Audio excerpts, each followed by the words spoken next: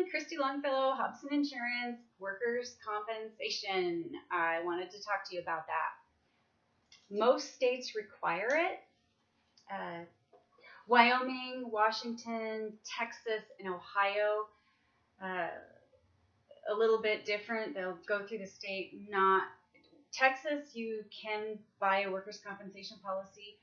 I understand you don't have to, but I would highly recommend it. Otherwise, you're taking on that exposure.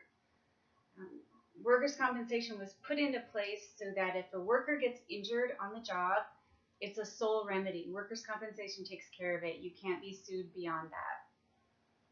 There's different limits, liability limits, maybe for per accident, per disease, and per incident. Whoops, sorry. So some policies have 100,000 per accident, 100,000 per disease. You can get 500,000. You can also get up to $1 million. Those liability limits are for things like your employee hurt their back at work and their medical bills from workers' compensation. They will pay all medical bills. But let's say, they're not able to be a husband and perform husband duties, or they're not able to coach their kids in softball now. They have some additional disabilities. They're hurt because of the injury. It's causing some other problems, and these limits are to cover that. I don't know if I've seen them used that often, but they're there for you and they're included. All states are different. You want to make sure you're talking to an agent that understands the state guidelines, and we work with people in every state, so we understand what the requirements are. They're different as far as if you have family working for you, are they required to be covered or not? Are you required to be covered or not? Depends on the state you're in and if you're a corporation, an LLC, or a sole proprietor. The rules are all over the board. I'm happy to help you figure out what it is in your state.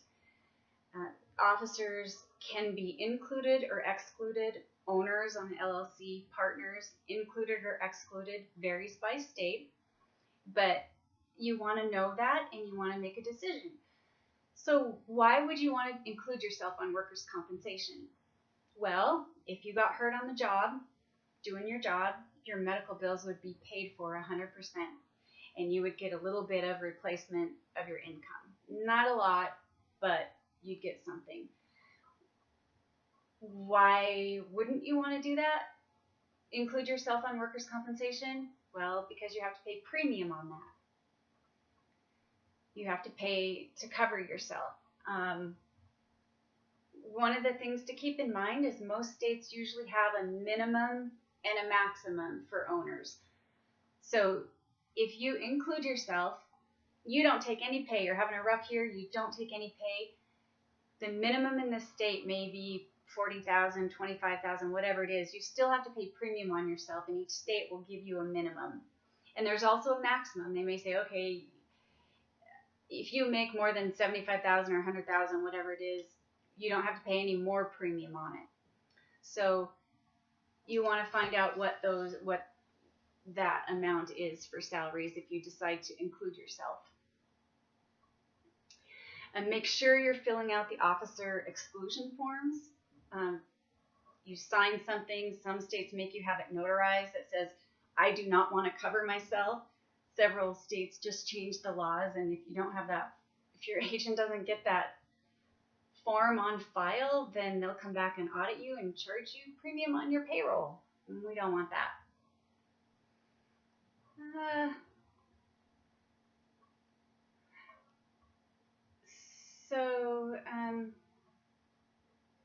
What's your experience modification? Well, if you've had a certain amount of premium paid over a certain period of time, if you're large enough, then the NCCI or the California, I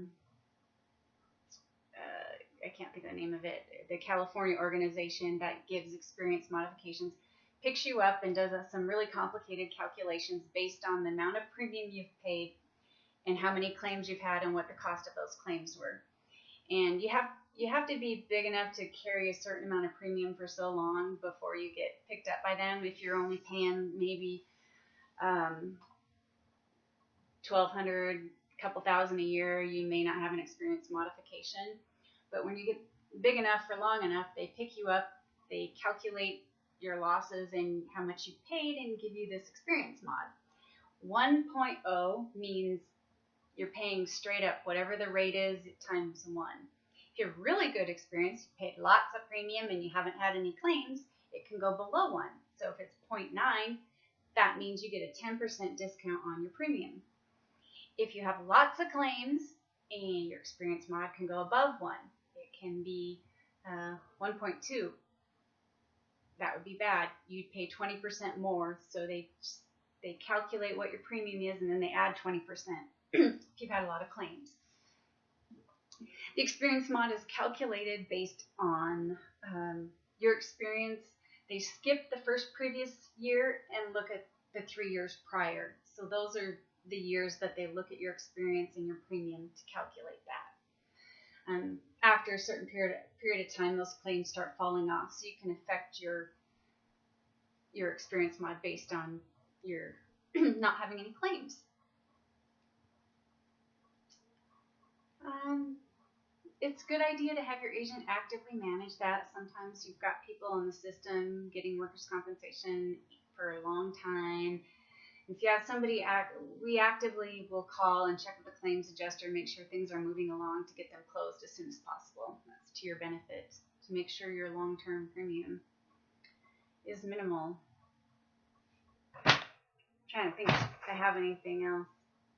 Oh, some workers' compensation policies will have a deductible, which, I don't know, good or bad. It doesn't seem to save you that much money in the long run, but it's there.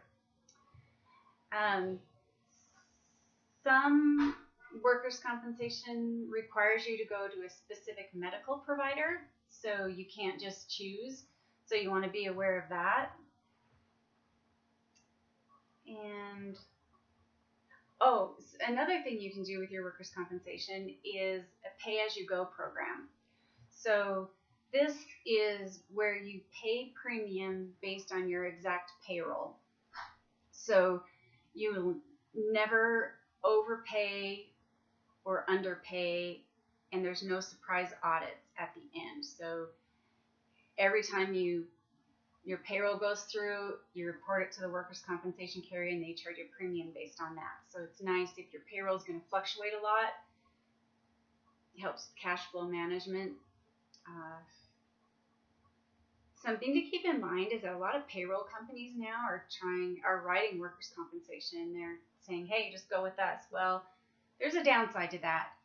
It's very easy for you to report your own payrolls to the insurance companies. You just upload it and you're done. If you go through a payroll company, they charge you. You're paying for them to upload your payroll every time they do it. I wouldn't recommend that. It's too easy for you to do it. The other thing about payroll companies doing your workers' compensation is I've seen a lot of mistakes. I would stick with an insurance agent. We're professional. We specialize. We understand. We understand the class codes and how to classify people. You want to make sure they're in the right class code. We can help you with claims. If you ever have any claims, help get those closed.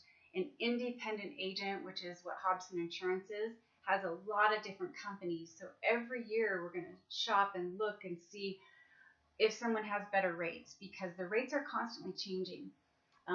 Even in there's a few states that all companies are just about the same, but a lot of companies vary in their rates, and they'll vary based on the experience they have in that state. If that state seems to have a lot of claims in a certain class code, they raise their rates.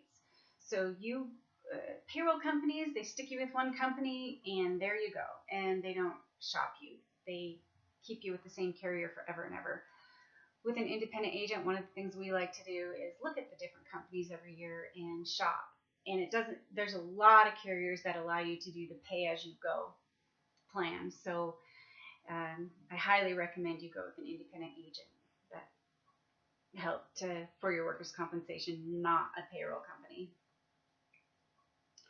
One of the things that's come up lately that's really scary is in California, and I heard Illinois is starting to do this with COVID, that potentially they're going to make employers' workers' compensation policies pay if an employee claims they got COVID at work, which I never thought this would happen.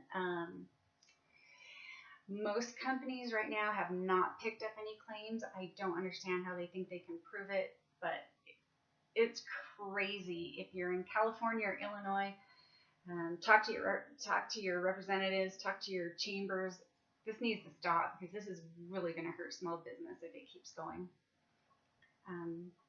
If you have to start picking up the costs of people getting COVID and the hospitalizations, your workers' compensation premium in the end, your experience mod will go up. Your premium is going to go up, up, up, and it's going to be really bad for small business. I was going to say something else about that, but I can't remember, so I guess I'll end it. If you have any questions, feel free to call me. Happy to help any way I can. If you would like us to review it, just send me your policy. I can look it over, see if there's any different options, find out if you have better rates, look at your classifications, just discuss all that with you. If you're including yourself, excluding yourself, give me a call, 800-296-7985. I'm your advocate, I'm your helper, and I look forward to talking with you. Kristy, Kristy, at businessquote.com. Shoot me an email, and I'll get back to you, see how I can help.